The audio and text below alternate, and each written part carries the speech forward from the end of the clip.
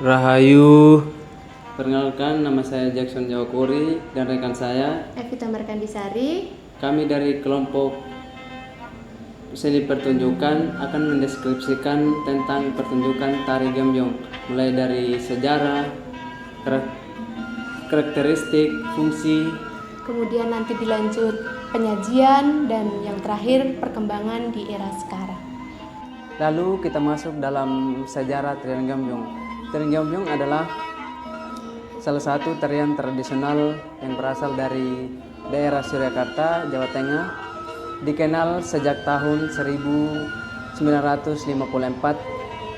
Tarian Gambyong merupakan salah satu variasi yang diperkenalkan untuk menjamu tamu penting di istana negara. Lalu pada awalnya tarian Gambyong ini hanyalah sebuah seni tari jalanan atau tarian rakyat. Tarian ini juga termasuk kreasi baru dari perkembangan tari tayub. Lalu tarian ini dipertunjukkan pada saat upacara panen dan hendak akan menanam padi. Lalu masyarakat percaya bahwa tarian ini untuk memanggil Dewi Sri atau Dewi Padi agar memberikan berkah kepada sawah mereka dengan hasil panen yang maksimal. Tari Gambyong ini merupakan salah satu tari putri tradisi gaya Surakarta menurut Serat Kentini. Pada masa pemerintahan Suhunan Pakubuwono yang keempat dan juga Susunan Pakubuwono ke-5 sudah ada tarian Gambyong, dan tarian Gambyong ini dulunya adalah perkembangan dari tari tayub atau tari teledek. Dulu juga tari Gambyong itu merupakan bagian awal dari tari tayub itu sendiri. Kemudian berdiri sendiri sebagai tari tunggal. Tari Gambyong itu sebenarnya dari keraton, cuman dia mengambilnya dari tari tayub. Tadinya di luar keraton, cuman diambil, dikemas secara lebih haluskan lagi sesuai dengan kaedah-kaedah yang di dalam keraton tersebut. Karena Gambyong itu dulunya adalah bentuk perkembangan dari tari teledek atau tari tayub. Memang ada beberapa kesamaan dari gerak ornamen, gerak dari kerawitan, juga dari busananya. Lalu ada juga perbedaan dari tari Gambyong dari awal masuk di lingkungan keraton, dibikin estetika mungkin, lalu dikemas secara halus. Ada adik penari putri di Solo. Untuk selanjutnya kita masuk dalam karakteristik. Jadi dalam karakteristik tersebut terdapat 3 bagian. Yang pertama itu makna, yang kedua keunikan, dan yang ketiga pesan moral. Pertama, tarian Gambyong pada awalnya digunakan untuk upacara ritual pertanian yang bertujuan untuk mengharapkan kesuburan tanaman padi dan perolehan panen yang melimpah. Dalam tarian ini, Dewi Padi atau Dewi Sri digambarkan sebagai penari-penari yang bergerak dengan lemah gemulai. Dengan perubahannya fungsi tari ini, tarian Gambyong memiliki makna keindahan dari gerak lemah gemulai yang menggambarkan sebuah kelembutan dan keindahan seorang wanita.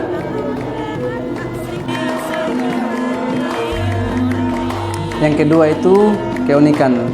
Keunikan utama dari tari Gambyong terletak pada gerakan yang lebih menonjol gerakan kaki, tangan, tubuh, dan kepala. Gerakan dasar yang menjadi ciri khasnya adalah gerakan kepala dan tangan. Saat menari, biasanya pandangan mata penari melihat ke arah jari tangan seiring dengan gerakan tangannya. Tarian Gembyong selalu dibuka dengan gending pangkur yang memberikan nuansa khas dan menjadi bagian integral dari pertunjukan. Tari ini menampilkan keluasan, kewes, dan regel dalam aksinya, mencerminkan ciri khas wanita Jawa yang lemah lembut. Dan yang ketiga yaitu pesan moral. Tarian Gembyong menggambarkan sosok seorang putri keraton yang memiliki penampilan dan kelembutan. Gerakan lembut dan halus dalam tarian ini mencerminkan nilai-nilai feminin yang dihargai dalam budaya Jawa, mengajarkan kepentingannya sikap anggun dan berinteraksi dengan orang lain.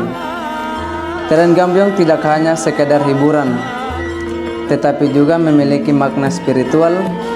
Tarian ini sering dipentas pada musim tanam dan panen padi sebagai rasa syukur kepada Tuhan atas hasil panen diperoleh, mencerminkan rasa terima kasih dan penghormatan terhadap kekuatan yang lebih tinggi.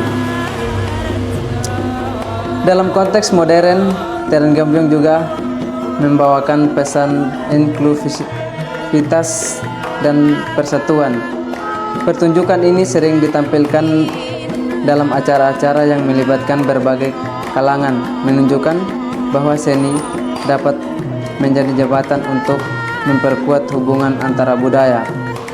Tarian ini menggambarkan pentingnya melestarikan tradisi dan budaya lokal. Dengan mempelajari dan menampilkan tari Gembyong, generasi muda dapat memahami warisan budaya mereka dan meneruskan nilai-nilai tersebut kepada generasi berikutnya. Untuk selanjutnya, termasuk dalam fungsi tari Gembyong. Tari Gembyong memiliki 3 fungsi, diantaranya adalah sebagai seni pertunjukan, sebagai acara pembuka, dan sebagai sarana hiburan. Sebagai sarana pertunjukan, tarian Gembyong itu akan dipentaskan pada upacara tertentu seperti bersih-bersih desa, perkawinan, maupun panen dan penanaman padi. Lalu yang kedua, sebagai acara pembuka, tarian Gembyong ini ditampilkan pada saat acara-acara resmi. Saat ini tarian Gembyong ditampilkan sebagai penampilan pembuka di berbagai macam kegiatan, di festival seni hingga kongres. Lalu yang ketiga, sebagai tari hiburan. Tarian Gembyong ini ditampilkan ketika ada hari-hari ulang tahun kenegaraan, pesta perkawinan, maupun syukuran kitanan. Selain itu, tarian Gembyong juga dapat ditampilkan untuk pementasan acara lomba, wayang, maupun ketoprak. Dengan begitu, penonton yang melihat tarian Gembyong tersebut akan terhibur dan acara pun akan menjadi lebih ramai. Sekarang masuk ke elemen penyajian. Di elemen penyajian ini ada 5 elemen yang ada di dalam Gembyong. Yang pertama itu ada gerakan.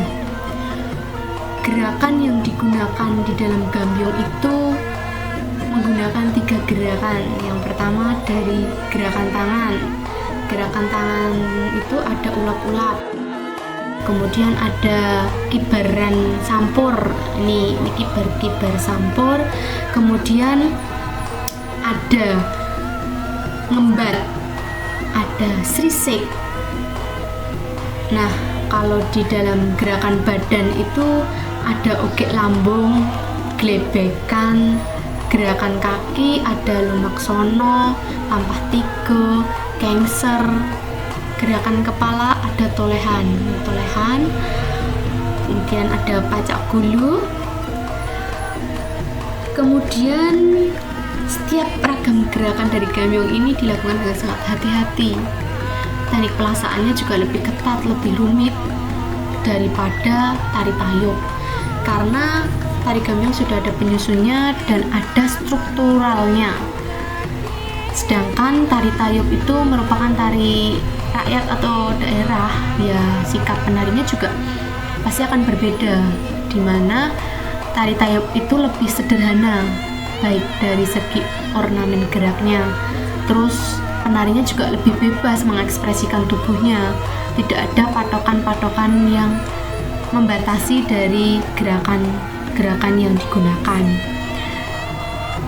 Kemudian gerakan yang ada di tari tayub itu tidak menggunakan tenaga atau harus dipermanis gitu, tidak. Kemudian pandangan pun juga tidak diatur di dalam tari tayub, sedangkan di tari gambyong itu penari harus mampu menarikan, ada beberapa pakem lah yang digunakan, seperti harus mendak, tegak, pandangan tidak boleh ke atas atau terlalu tinggi. Gerakan-gerakan dari gambyong dan tayub itu juga ada kesamaannya, namun gambyong itu lebih halus, lebih dipercantik, lebih diperindah. Kemudian untuk tata rias yang digunakan penari gambyong itu menggunakan tata rias cantik, yang dimana warna-warna pada riasan menggunakan perpaduan warna coklat dan hitam pada kelopak mata. Kemudian dengan model rambut sanggul atau gelung tekuk yang dirancang untuk menciptakan kesan anggun dan lembut seorang perempuan Jawa. Kemudian untuk iringan yang digunakan menggunakan gamelan Jawa dengan notasi ladrang pangkur pelok barang yang ada dalam tarian ini, menggunakan iringan tersebut.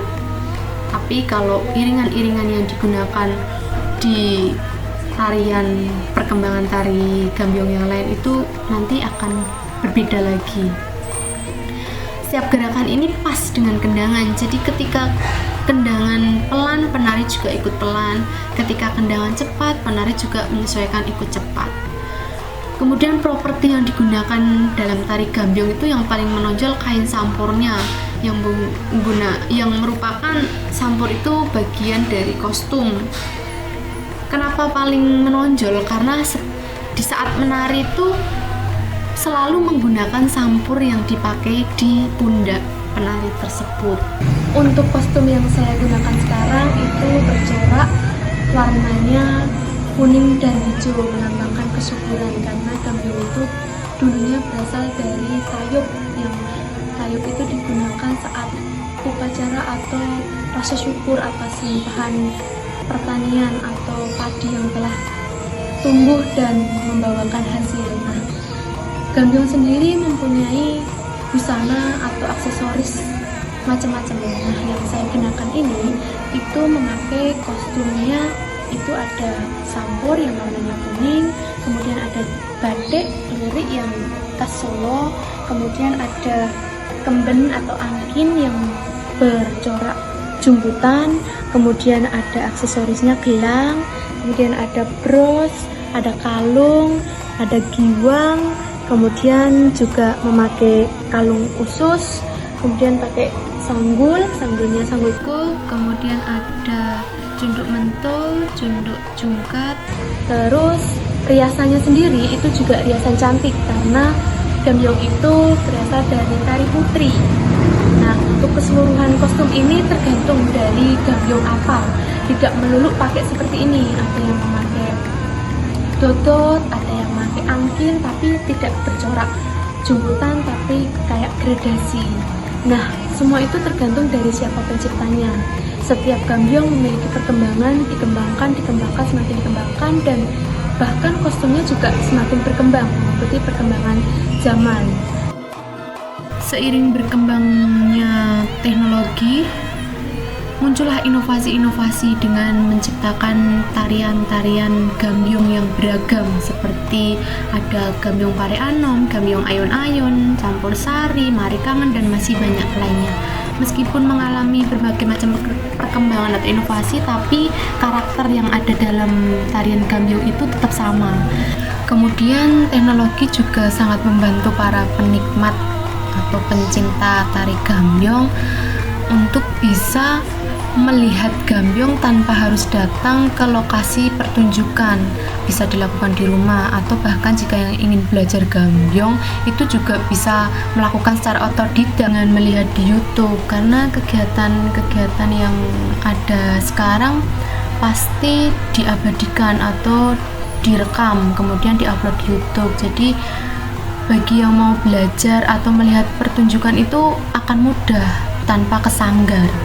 Demikian yang bisa kami sampaikan, semoga dapat bermanfaat dan menambah ilmu pengetahuan tentang kesenian gambyong.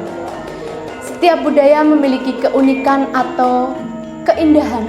Oleh karena itu, tetap lestarikan budaya untuk generasi yang akan datang, sehingga dapat menikmati keindahan yang ada dalam budaya tersebut. Salam budaya, lestari budayaku. Rahayu.